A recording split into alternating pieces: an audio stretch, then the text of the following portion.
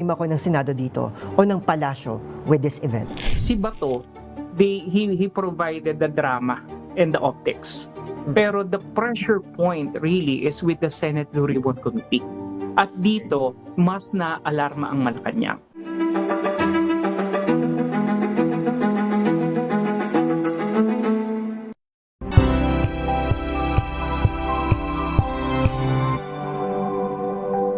Wow, ang saya. Isang barangay na labada, puro mancha pa. Goodbye, pahinga. Mommy, isang laba lang yan sa Pride Bar Blue. May powerful stain-away enzymes na malupit sa dumit mancha. At di masakit sa kamay. Isang laba lang yan. Hello, pahinga. Hello, Pride Bar Blue. ACS. Tanggaling-galing mo Smart dishwashing paste ko Pritong ulam na masebo Plato o kaldero Tanggaling for everyday. Ganyan pag smart ang dishwashing paste. May double tanggaling formula. Tanggal ang sebo, tanggal ang bakterya. Pahit para walang bahid Linis fantastic sa metal at plastic Number one ko to Tanggaling-galing mo Smart dishwashing paste ACS. Sa lahat ng bagay, simula pa lang, siguraduhing max protection na. Kasi pag kulang ang proteksyon, baka madaling masira. Sa ngipin, dapat may max protection din. Max Alaga ng Unique Toothpaste. With Max Protect Formula. Help stop cavities before they start. While keeping breath fresh. Try Unique Maximum Fluoride Protection. Para Max Alaga, Max Protektado. ACS.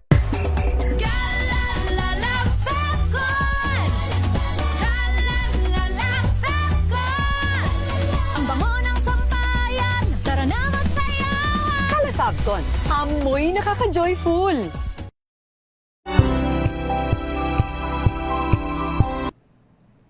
Nasa atin hong linya si Kapitan Joseph P.G. Ponce ng Barangay Balibago, Angeles City, diyan ho sa Pampanga. Good morning po, Kap. Good morning, Ma'am Giselle. Oo, Kap, inulat ho ng aming kasamahan si RH5 Val Gonzales. Meron hong gumuho na gusali diyan sa lugar ninyo. Ano ho yung larawan? Pakibigyan nga ho kami ng larawan, Kap. Kumusta po yung mga construction worker? Gaano karami ho yung pinaniniwalaan na natrap? Opo, Ma'am Giselle. Go ahead, Kap. Yes, okay, ito pong gumuhong building. It's a 9-story building. Estimated ko nasa 70 to 75% ang malapit na matapos. Itong building na to inumpisahan pa noong 2023. Hindi pa tayo po nung barangay noon. Hanggang ngayon hindi pa tapos. At ang recent information dito ay talagang gumuho po siya, sin flat ground zero po siya. At ang mga construction workers kararating lang kasi na-stop po ng mga ilang buwan to, mga 3 buwan. Ngayon last week lang kararating lang ng mga construction workers na bagong mukha namin dito sa Barangay Balibago na I believe galing pa ng Metro Manila or bandang Caloocan City ang mga construction workers. So kaninang 2:30 ng madaling araw, nireport po sa amin yung gumuhong building na to at agad namin pinuntahan. At nagulantang po kami sa nakita namin na talagang from 9th floor, flat zero siya ngayon na talagang malalaking debris po ang nandito ngayon. At yung pinapaniwalaan naming more or less nasa 15 na katao ang natrap pa sa loob ng naguhong building po. 15 na katao yung pinaniniwalaan natin na natrapo ngayon sa gusali. Pero sa suma total, gaano ho karami yung mga manggagawa noong mangyari ho itong insidente? Gaano karami yung nasa gitna ho ng mga authority natin? So far, ang confirm pa lang sa data ng Barangay Balibago, nasa 3 pa lang. Pero ang sinasabi ng ibang rescuer, nasa 6. Hindi namin naabutan yung iba. So, sa aming record, isa yung dinala sa hospital at 2 yung minor injuries lang na nakausap natin kanina. Sila yung katabing building at yung isa nagtitinda ng barbecue sa mismong loob ng barracks ng building. Mga bale 3 po yung injured ngayon, tama po ba? 3 ang injured, isa yung kinailangang dalhin sa pagamutan, 2 yung nagtamo ng minor injury, tama po, Kap? O, tama po, 2. At nakausap na natin yon, medyo okay na sila.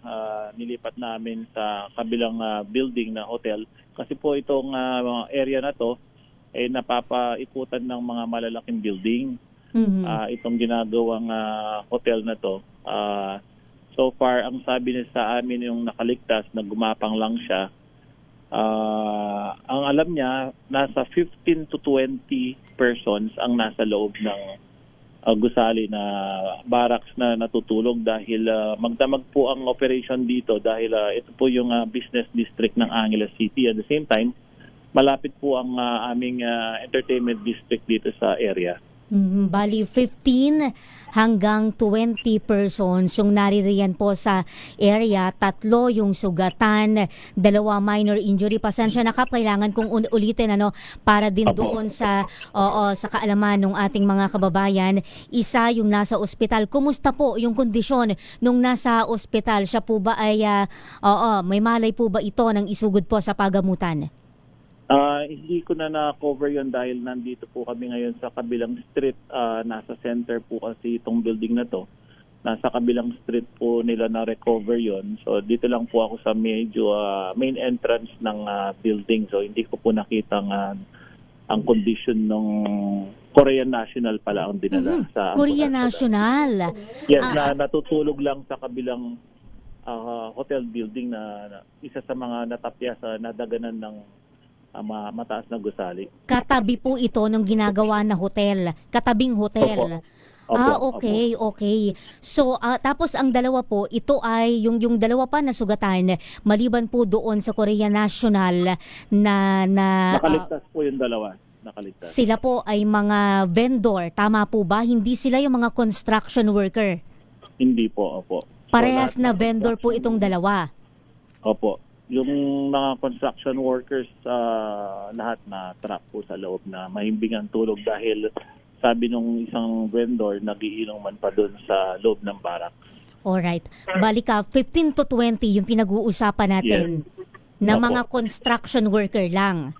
Opo. Na possible na natrap, hindi po ba? Wala pa pong naaahon sa mga oras na ito, Kap? Sa ngayon wala pa. Kanina pala naalala ko, yung pamilya ng barbecue vendor, nandun pa daw yung mag-asawa at saka yung maliit na bata na natrap sa loob. Yun ang confirm na so far inahanap ngayon ng disaster team ng Angeles City. Kapasensya na, pakiulit ho nung huli po ninyo na binanggit, mag-asawa na vendor at?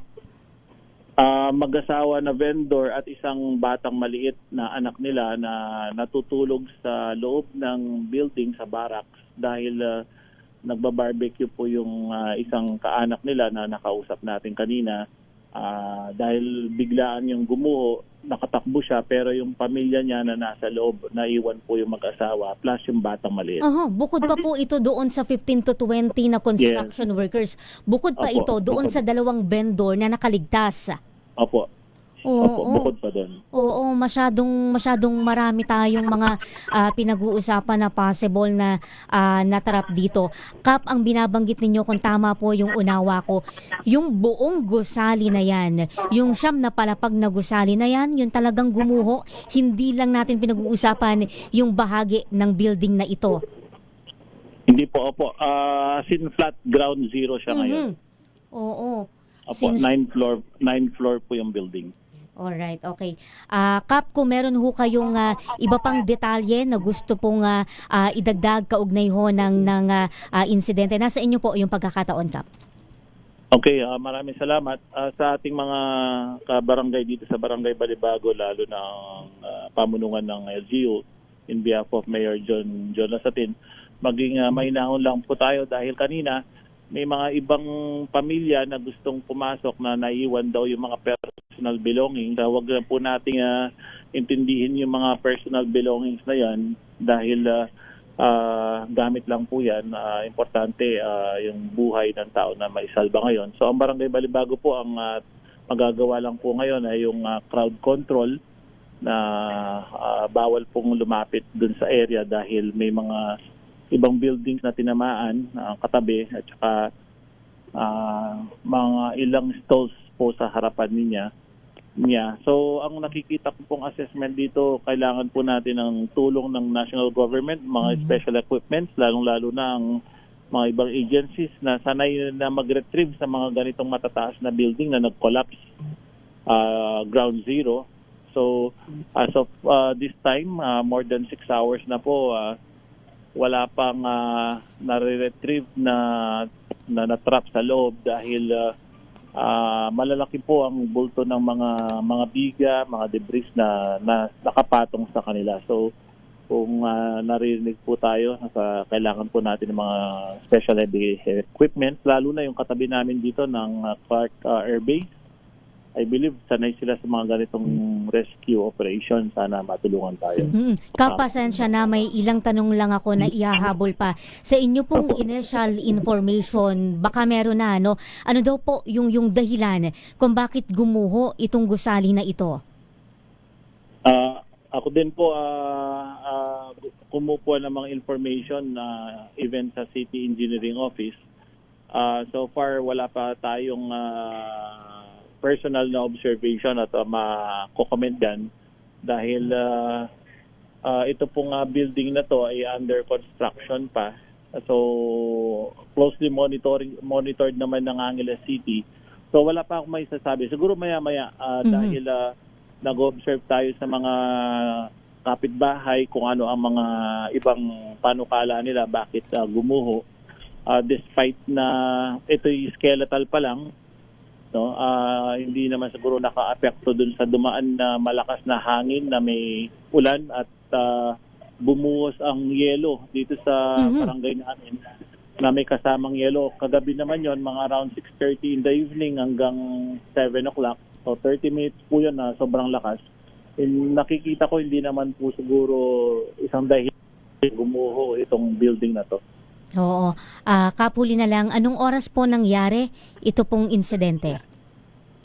Ang tawag po sa amin na 2:30 in the morning. So around 2:20 in the morning eksakto nangyari itong pagguho ng isang hotel under construction hotel building. Alright. Kap, maraming salamat po at from time to time kami po ay makikibalita po sa inyo dyan sa area at sana ho ay mahanap na ho ng search and rescue teams na nakadeploy dyan, yung nasa 15 hanggang 20 na construction workers pa lang na pinag-uusapan natin, bukod pa doon sa sinasabi na 3 pamilya o 3 miyembro ng pamilya noon hong nakaligtas na vendor sa lugar. Maraming salamat, Kap. Mabuhay po kayo. Thank you.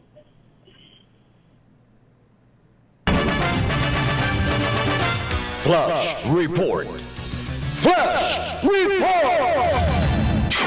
Nasa 15 hanggang 20 na mga construction worker bukod pa sa 3 miyembro ng pamilya yung pinaniniwalaan na natrap ho sa siyam na palapag na gumuhong ginagawang hotel diyan ho sa may Balibago o Balibago, Angeles City sa Pampanga. Ang initial information ho na yan ay batay kay Barangay Captain Joseph PG Ponce.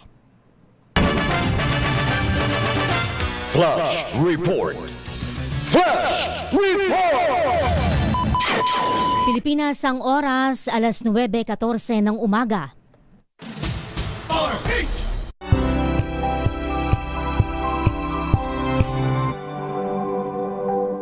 Now we are unboxing MX3 Plus.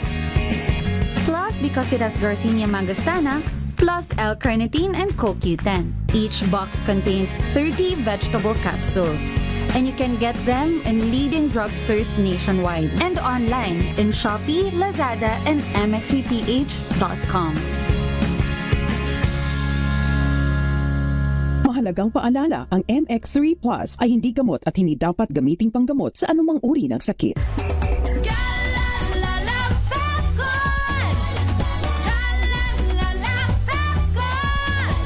Ang bango ng sampay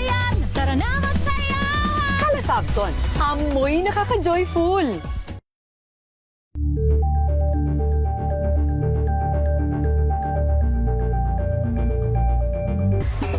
Galalala Fabcon! Galalala Fabcon! Ang bango ng sampayan, tara na magsayawan! Kala Fabcon. Amoy nakaka-joyful.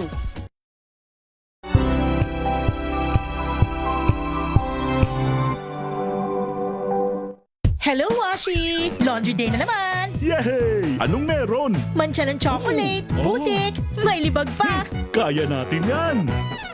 With Pride Washing Machine Detergent, may triple stain-away formula. Tanggal ang makapit, madikit, at malupit na dumit mancha.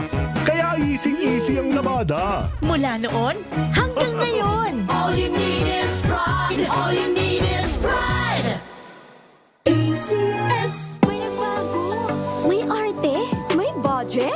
Akala nyo lang yon. So solid! White Rose Papaya, wow! White Rose! White Rose Papaya, wow! White Rose! White Rose Papaya! May glow up with White Rose Papaya! White Rose Papaya. May puti power times 2 kasi may papaya at niacinamide. May shea butter and tea tree oil pa. Kutis sulit ang glow May up. glow up with White Rose Papaya! White Rose Papaya. Kutis sulit ang glow up. ACS!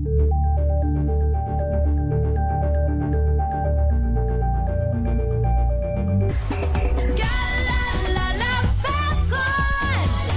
Galalala Fabcon! Ang bango ng sampayan, tara na magsayawan! Kala Fabcon. Amoy nakaka-joyful.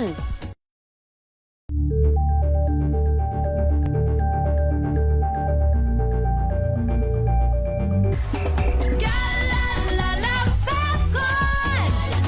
Galalala Fabcon! Ang bango ng sampayan, tara na magsayawan! Kala Fabcon. Amoy nakaka-joyful.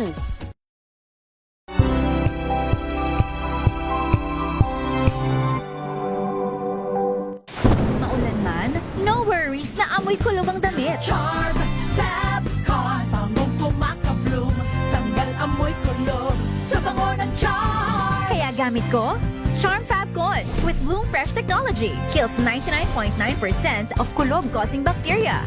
May aroma burst pa of thousands of flowers and berries. Ang sampay sa loob, no amoy kulob. Bangong kumakabloom sa charm! Charm Fabcon. ACS! Tinesting, sinuri, siniyasan. Ang resulta? Super effective ang Shield sa pagpatay ng bakterya at virus. Shield Antibacterial Soap. Believe ang mga eksperto sa Philippine Nurses Association. At si Mami. Tiwala ako sa Shield. Shield Antibacterial Soap. Napatunayang mabisa. Ang mga nurse, tiwala. ACS!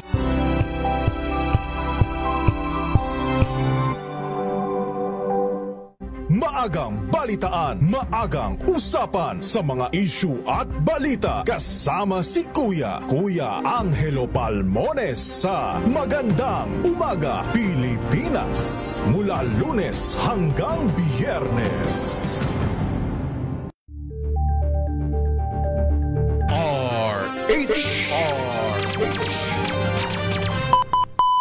Alas 9:19 ng umaga. And the Golden Dove for Best Field Reporter goes to Giselle Ricafort, DZRH. Ito na ang 28th KBP Golden Dove Awardee, Best Field Reporter, si Giselle Ricafort. Kasama si Edniel Parosa sa DZRH Stories Pinoy Documentaries. Kwentong dapat mong malaman. Kwento ni Juan de la Cruz sa araw-araw na balitaan. Mga muka sa likod ng headlines. Pakinggan at kasangkutan. DZRH Stories. Pinoy Documentaries. Kasama sina Giselle Ricafort at Edniel Parrosa sa DZRH Radio, DZRH TV at DZRH Online. DZRH Stories. DZRH Stories. Pinoy Documentaries.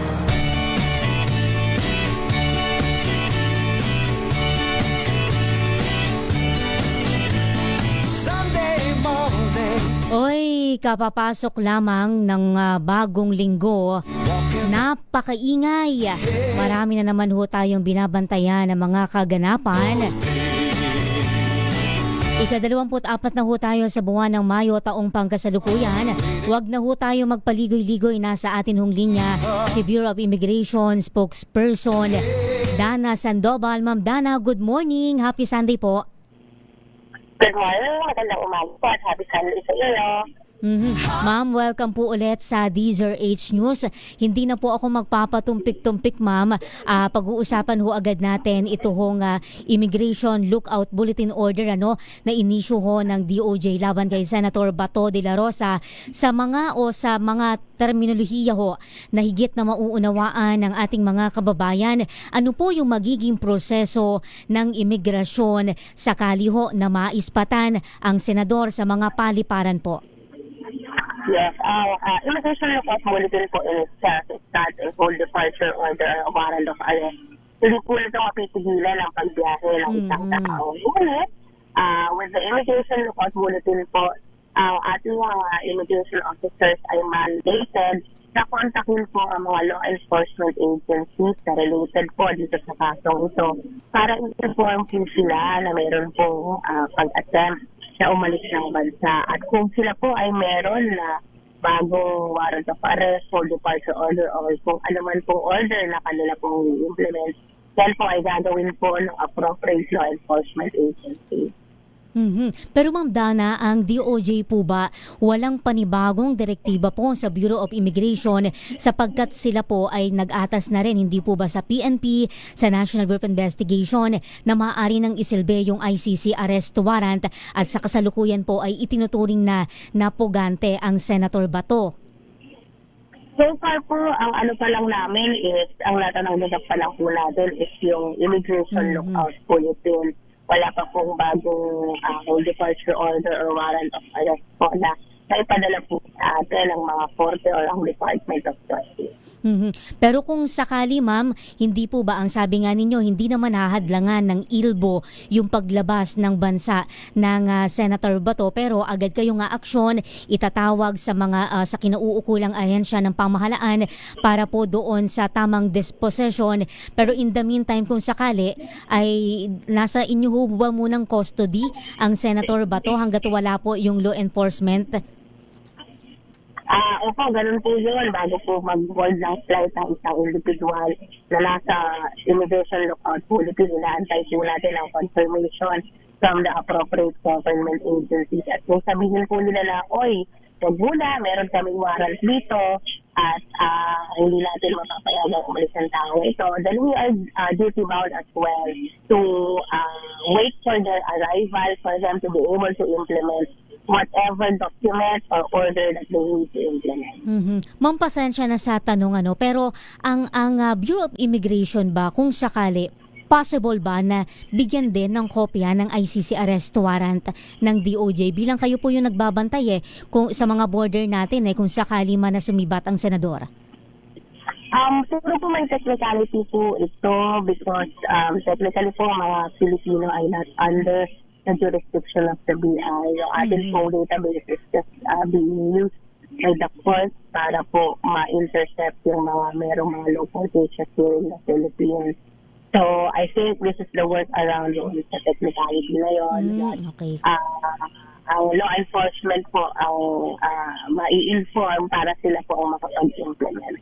Okay. Ma'am, ang binanggit niyo po sa akin kamakailan, naka-alerto po ang buong hanay dito po sa mga entry at exit points natin. Kumusta ma'am yung seguridad, yung latag po ng seguridad natin ngayon, yung pagbabantay po ng mga BI personnel? So far po, ang ating mga tauhan ay in full force sa ating mga paliparan. Kapag meron naman pong subject na isang lookout bulletin or any similar derogatory record, nakashoot naman po yan sa ating derogatory database, and there are already set protocols na ginagawa po ng ating mga immigration officers if encountered itong mga individual na ito.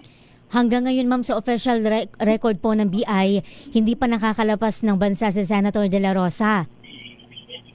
Yes, sa records po natin, wala po siyang recent travel, wala po siyang attempt na umalis recently.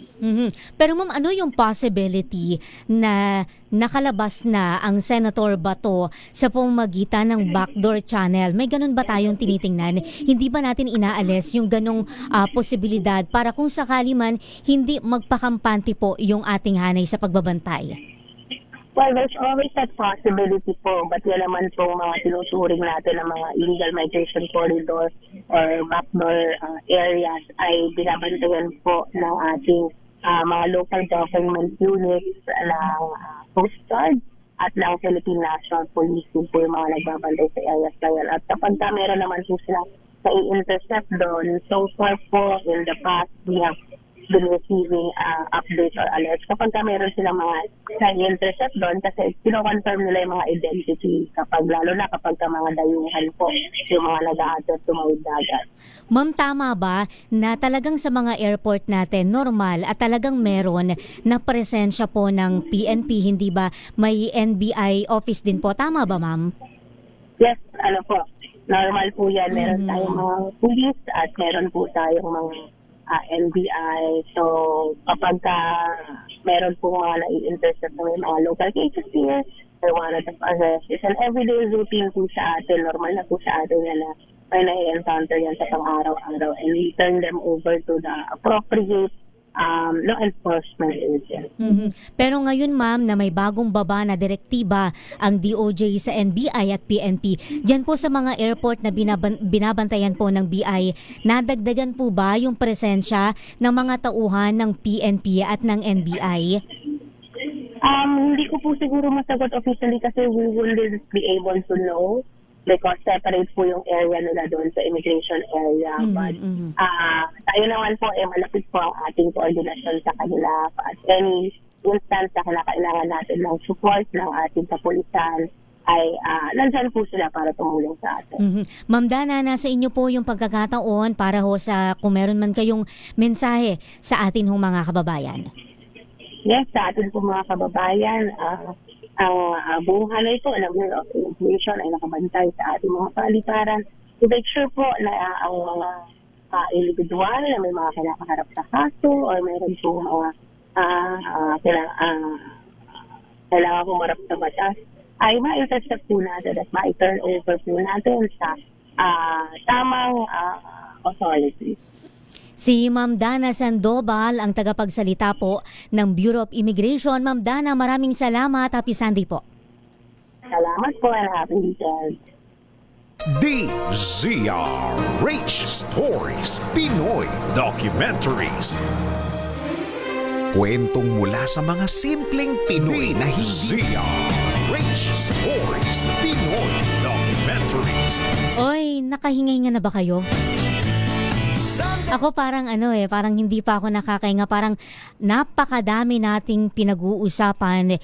Simula po kaninang alas 7 ng umaga, hindi ba naririyan yung flash report ni Val Gonzales? Atin hong tinutugay-gayan pa rin etong si Senator Bato de la Rosa, ang National Bureau of Investigation, ang pambansang pulisya kumikilos na ho ngayon. Partikular yun hong kanilang tracking team, yung kanila hong mga designated team para ho tugisin ang ICC wanted senator. Kasunod ho yan ng naging go signal ng DOJ noon hong nakalipas na linggo na maaari nang isilbi yung arrest warrant warrant mula ho sa International Tribunal. Kaya lang ang iginigiit ho ng kampo ng senador ang nagsilbing top cop noong Duterte administration. Hindi nila kinikilala yung ICC arrest warrant sapagkat kailangan na dumaan daw ho muna sa proseso sa lokal na korte natin.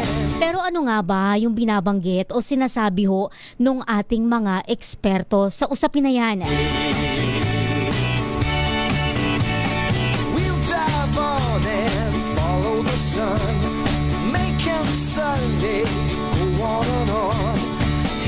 May narinig ho akong panayam kay retired Senior Associate Justice Antonio Carpio. Ang kanya hong sinasabi, hindi na kailangan yung mga lokal na korte sa pagsisilbi ng arrest warrant kay Senator Bato de la Rosa. Bakit kanyo? Dahil ang pinag-uusapan natin dito, crimes against humanity. At batay daw ho sa ating konstitusyon, kailangang i-adapt yung general accepted principle ng international law kasama na yung crimes against humanity na ikinaso ho ng ICC dito ho kay Senator Bato de la Rosa. Ang anumang bansa ang kanya hong binabanggit, any country can assume jurisdiction dahil ito ay crimes against the entire humanity. Noon hong Mayo 13, matatandaan ho ninyo ang kataas-taasang hukuman, ang Korte Suprema ho natin ay tinabla, hindi kinatigan yung hirit na temporary restraining order ng Senator Bato para harangin yung ICC arrest warrant laban ho sa kanya. At iyan ho yung naging batayan ng DOJ para magkaroon sila ng official na direktiba sa NBI at PNP para tugisin na magkasana ng manhunt operation laban ho kay Senator Bato de la Rosa. Parang hinihingal pa ako. Pagpasensyahan ho ninyo na uubos na yung boses ko, Ang sinasabi pa ho ni retired Senior Associate Justice Antonio Carpio,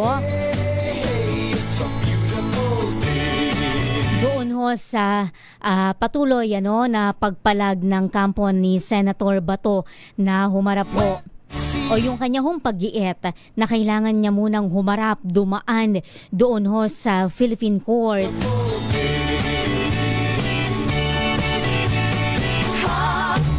Nakalagay daw ho sa Republic Act 9851 na may opsyon ang gobyerno, ang Pangulo natin kung isosurrender ba siya o siya ay ipoprosecute o uusigin ho dito sa Pilipinas. Kaya sang-ayon daw ho sa batas na yan, hindi raw po pwedeng igiit ng Senator Bato na dito lang siya maaaring litisin sa Pilipinas at hindi po pwede sa abroad sapagkat meron ngang opsyon sa ilalim nito hong RA 9851, yung ating pamahalaan, yung mismong Pangulo natin kung siya ay isusurrender o dito lamang uusigin o isusuko ho doon sa International Criminal Court. Tayo ho muna ay tumanggap o mamaya tatanggap po tayo ng mga follow-up report dyan ho sa gumuhong siyam na palapag, tama ba, na ginagawang gusali sa Angeles City sa Pampanga.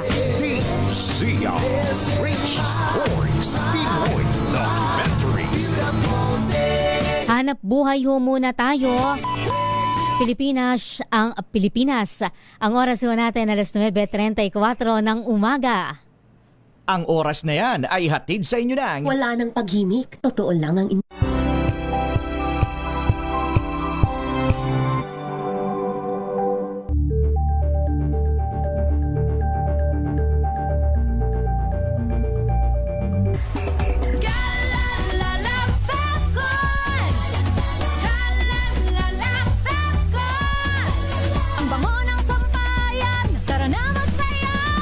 Fabcon, amoy nakaka-joyful!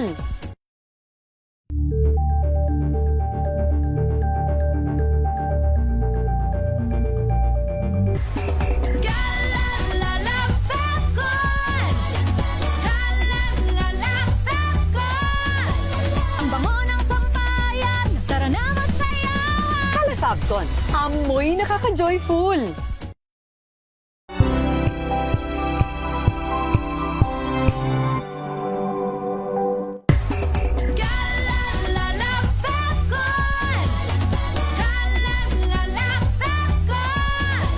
Ang bango ng sampayan, tara na magsayawan! Calefabcon, amoy nakaka-joyful!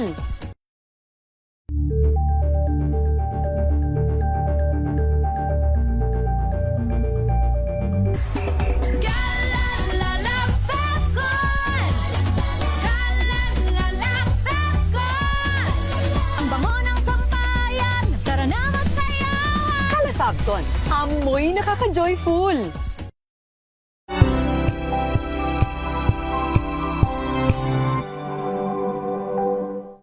We've got you covered.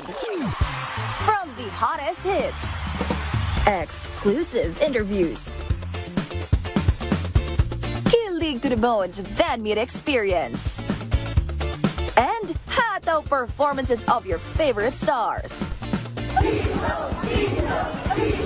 Saturdays, 12 noon, dito lang sa DZRH TV.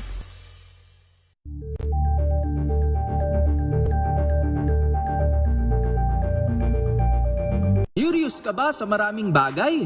Kami na ang bahala dyan. Aalamin, tutuklasin at bibigyang linaw namin ang mga katanungang bumabagabag sa inyong isipan. Sa programa kung saan ang bawat sagot ay galing lamang sa mga eksperto. Ang Expert's Opinion, tuwing linggo 3:00 ng hapon, dito lang sa DZRH TV.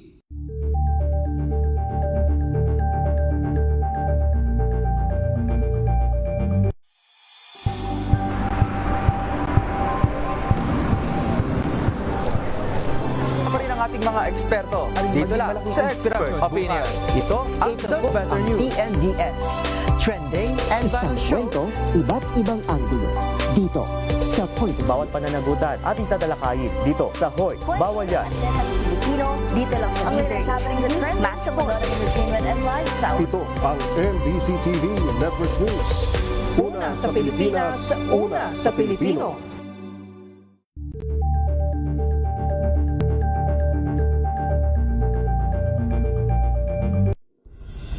Tuloy-tuloy ang pagtulong, tuloy-tuloy ang pagseserbisyo at tuloy-tuloy ang balitaan kasama si May Binauhan sa Operation Tulong mula Lunes hanggang Biyernes.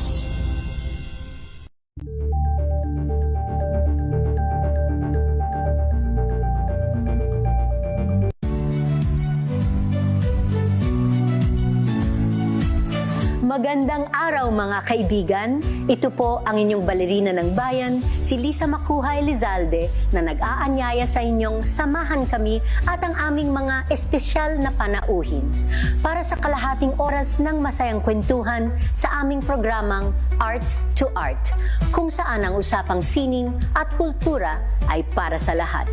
Huwag kaliligtaan, tuwing linggo, 3:30 ng hapon, dito lamang sa DZRH Radio, DZRH TV, at via online streaming.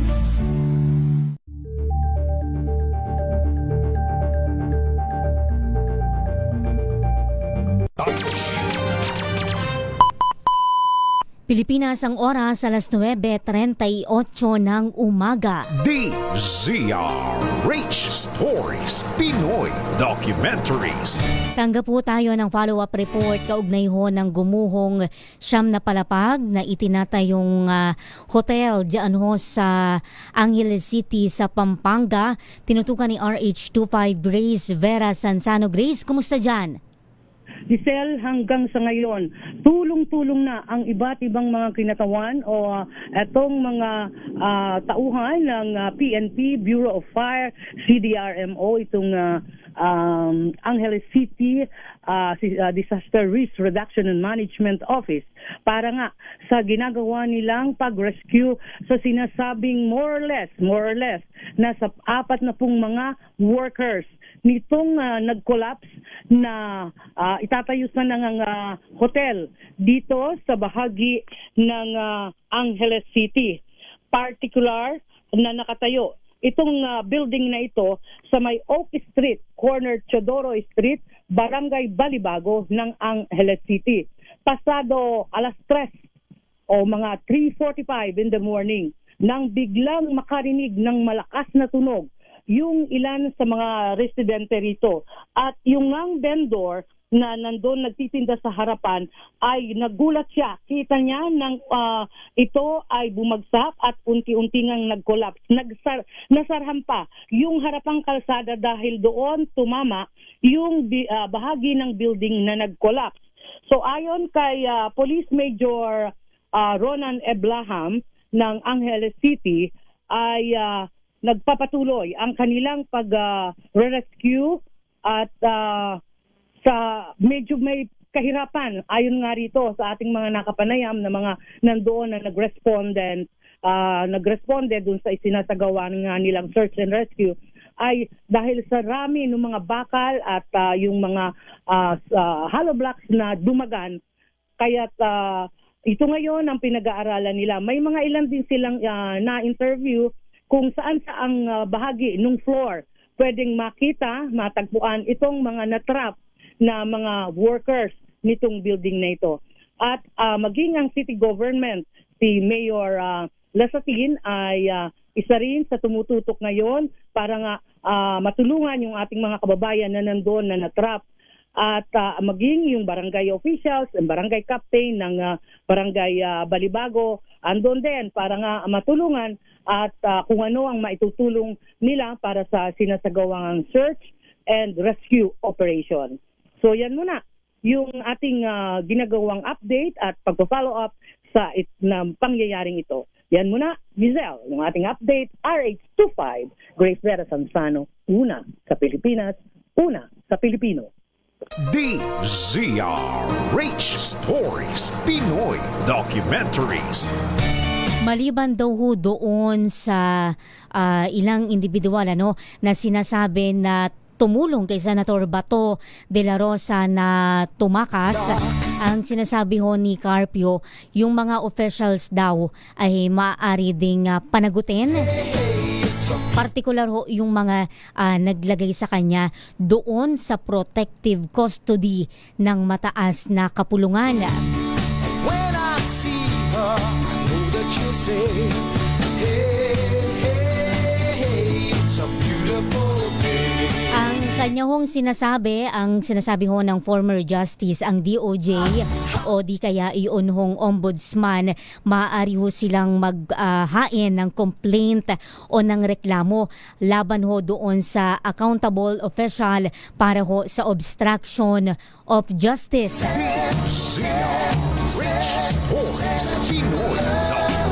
Nasa atin hong linya si National Capital Region Police Office spokesperson, si Police Major Hazel Asilo.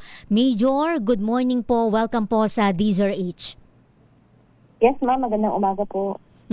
Major, kabi-kabila ho, kaliwat kanan, yun hong isinasagawa ng kilos protesta sa labas ho ng Senado. Ito ho yung parehong mga anti at pro-Senator Bato de la Rosa.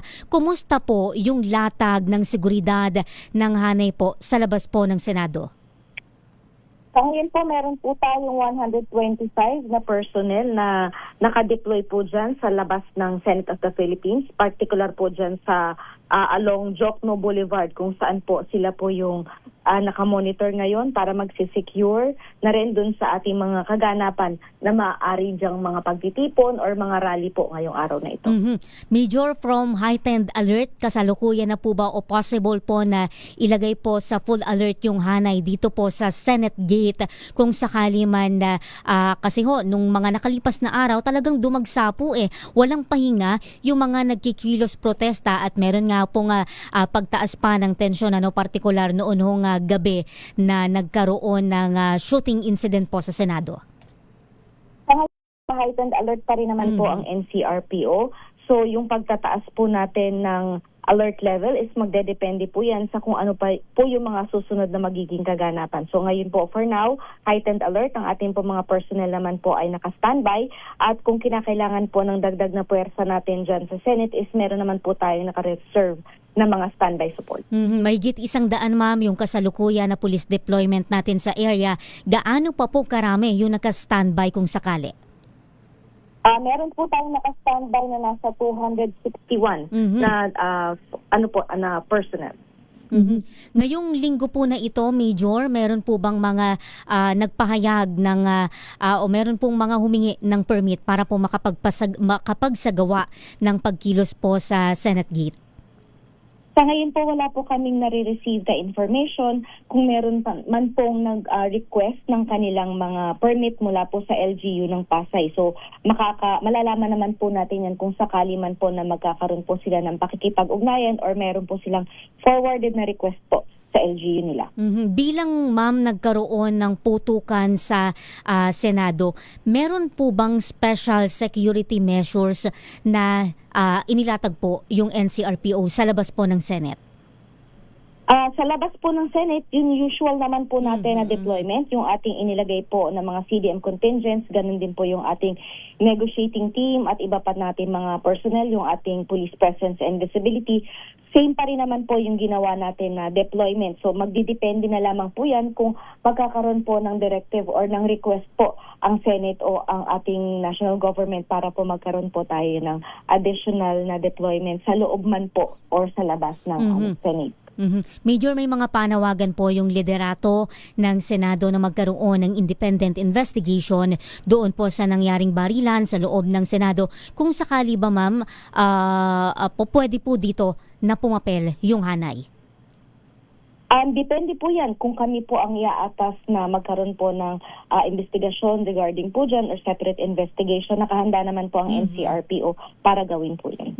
Ma'am, may mga request na po ba yung NCRPO? Hindi ko, ma'am, alam kung kayo yung makakasagot, pero ang Senator Padilla kasi inamin niya na nakisabay sa kanya si Senator Bato palabas ng Senado umaga noong May 14, ibinaba po sa Makati City at doon daw pinick up ng kanyang sariling sasakyan. Sisilipin po ba ito, ma'am, ng hanay? Magkakaroon ba tayo ng request ng mga CCTV footage doon po sa MMDA?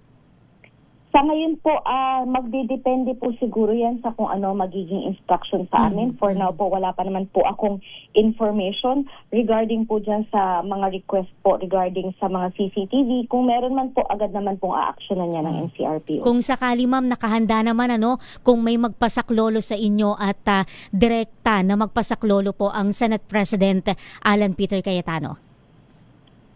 Yan naman po ay, syempre, depende po sa magiging kautusan sa amin. Kami naman po sa NCRPO ay sumusunod lamang kung ano po yung iatas po sa amin ng National Headquarters.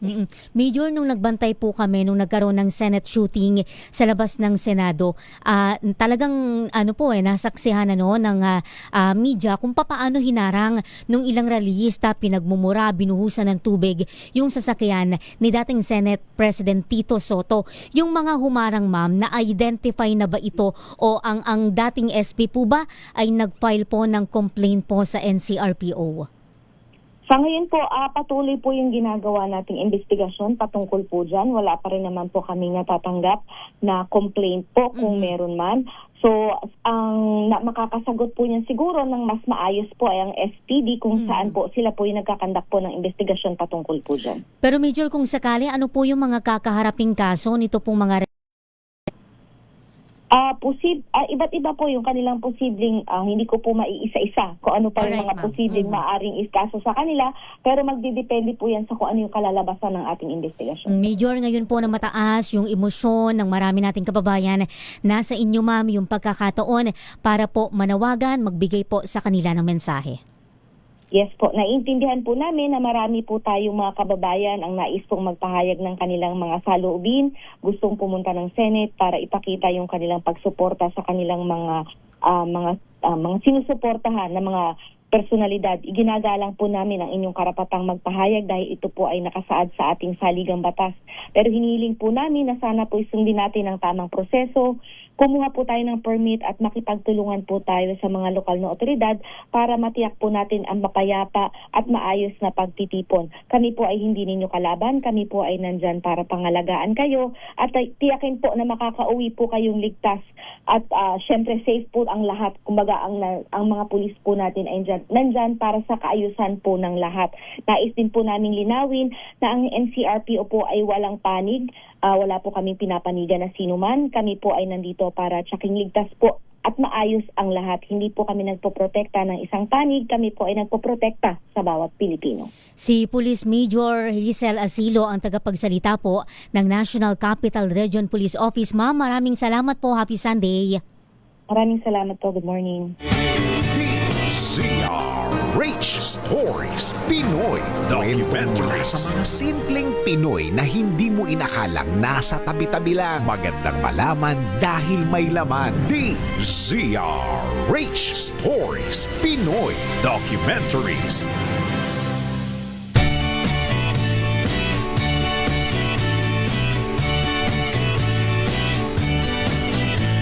Sunday morning, Oy, kaya pa ba? I think I'll take a walk in the Oy, pwede raw yung pwede raw ho yung citizen's arrest. Dun ho sa ating hinahanap na Senator Bato de la Rosa na itinuturing na nga ho na fugitive from justice ng DOJ. Kaya nagbabana ng opisyal na direktiba sa NBI, sa PNP na magkasana ho ng manhunt operation. Meron hong ibinahagi dito ho sa usapin na ito ang aming attorney Rina Seco dito ho sa MBC Media Group. Sa Article 59 ng Rome Statute, ang ini-invoke ng mga abogado ni Senator Bato de la Rosa kung bakit daw kailangan munang idaan yung senador sa Korte ng Pilipinas. Iyan ho yung Artikulo 59 na ini-invoke daw ng camp ng dating top cop ng Duterte administration.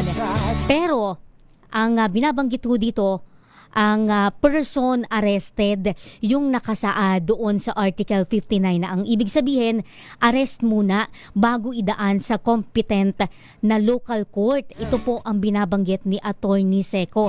Kaya kung pagbabatayan daw, maganda ho kasi itong malaman noon hong ating mga kababayan sapagkat lahat eksperto Lalo na ho pagdating sa social media, lahat magagaling, lahat mahuhusay, lahat may sentimiento, lahat may opinyon. Kung pagbabatayan daw, yung Artikulo 59 na ginagamit na argumento ng mga abogado ni Senator Bato, lumalabas na mali na sabihing kailangang idaan muna sa lokal na korte bago yung aresto. Person arrested kasi yung nakasulat. Hindi naman matatawag na person arrested kung hindi pa nahuhuli o hindi pa detained o nadidetine. Batay ho sa ini-invoke na article, ito pa ho batay doon sa explanation ni Attorney Rina Seco, hindi pa din nade-determine ulit ng probable cause dahil sa Article 59 Section 2. Ang role ng local court, tingnan kung yung pinangalanan sa warrant at ang person arrested ay iisa. Ikalawa, tingnan kung nasunod yung proseso o ang proseso yung pag-aresto. At ikatlo, tiyaking hindi nalabag yung mga karapatan ng inaresto. DZRH Stories Pinoy Documentaries. Hanap buhay ho muna tayo, 9:53 oras natin sa buong kapuluan.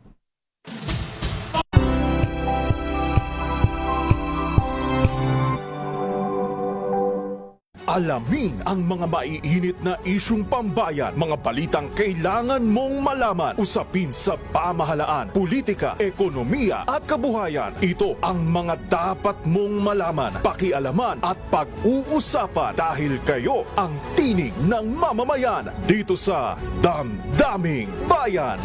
Live sa DZRH Radio, DZRH TV at DZRH Digital. Kasama sina Lakay, Deo Macalma at Elaine Apit. Araw-araw, Lunes hanggang Biyernes. Damdaming Bayan.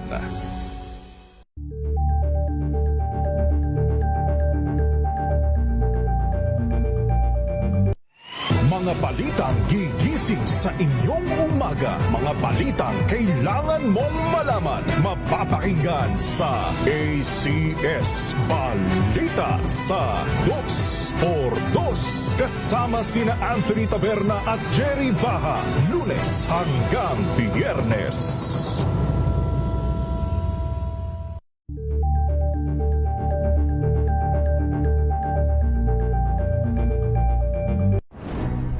Good vibes ang hanap mo? Dito ka na sa Sigurado! Mula sa mga istoryang nagbibigay ng inspirasyon hanggang sa mga kwentong may dalang solusyon. Mga balitang pampagaan ang pakiramdam at papaganda ng araw. Hindi lang ba sa good news, kundi the better news. Mula Lunes hanggang Biyernes, 1:00 ng tanghali sa DZRH TV.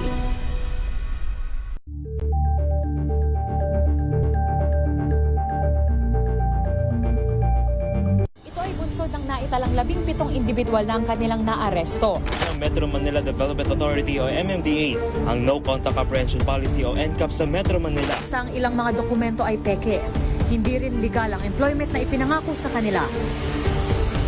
Sa mata ng batas, mananagot ang sangkot at may sala.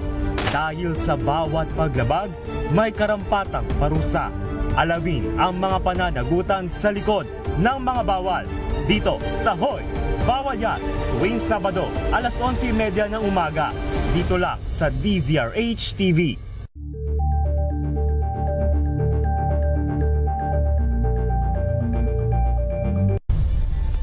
Nagsimula sa pangarap hanggang sa maabot ang tagumpay. Iba't ibang kwento, iba't ibang mukha ng atletang Pilipino. Mas pinatindi, mas pinalakas, at mas pinaaksyon sa Match Point tuwing Sabado, 12:30 ng tanghali sa DZRH TV.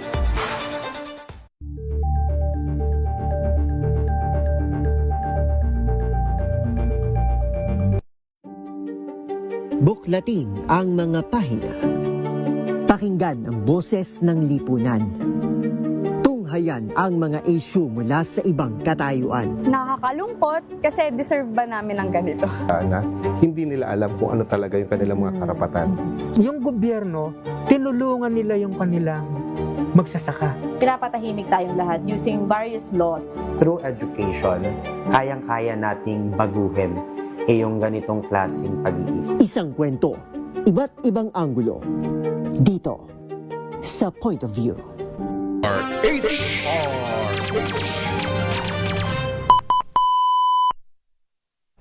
Oy, 3 minuto bago ho ang 10:00 ng umaga. DZRH Stories, Pinoy Documentaries.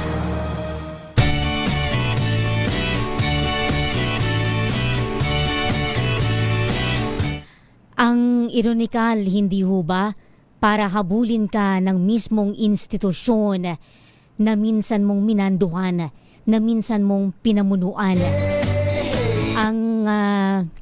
Ang isang opisyal na yung fasad ay walang inuurungan, matapang, masusukat ho yung tapang niya na yan. Kung palabas lang ba? Kung totoong prinsipyo niya yan, kung haharapin niya yung sistema o batas na humahabol sa kanya.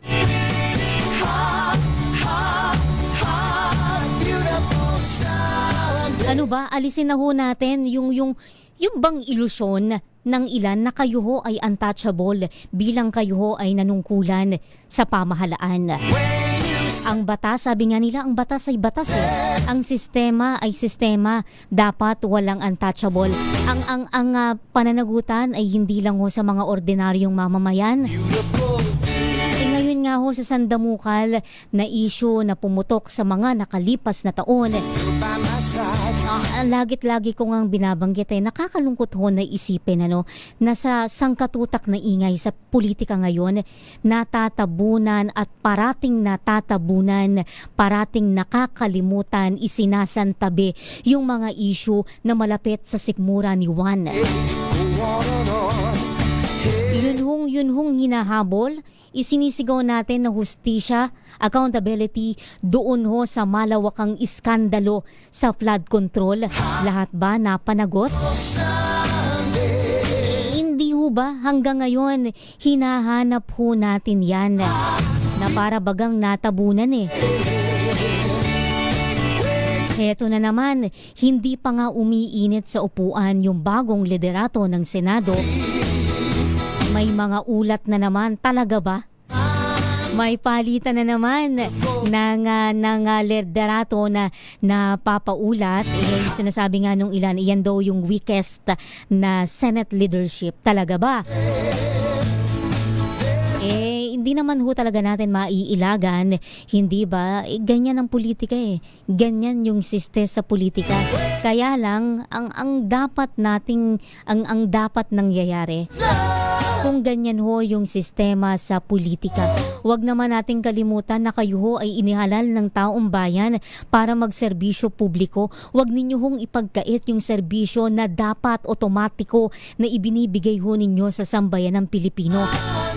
Ang nangyayari ho kasi ngayon para bagang namamalimos yung mga ordinaryong tao doon ho sa buwis na ibinabayad nila na dapat ibinabalik sa atin sa pamamagitan ho na public service.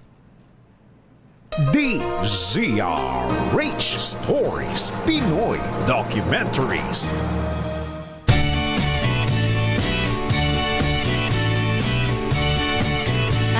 Mapapahay at mapapabuntong hininga ka na lamang. Sama-sama ho nating bantayan. Yun hong mga issue ho natin ngayon. Sama-sama ho nating tugay-gayan at huwag ho nating kalilimutan. Patuloy ho tayo, sabay-sabay ho tayong sumigaw pa rin, mag-demand ng pananagutan sa mga dapat.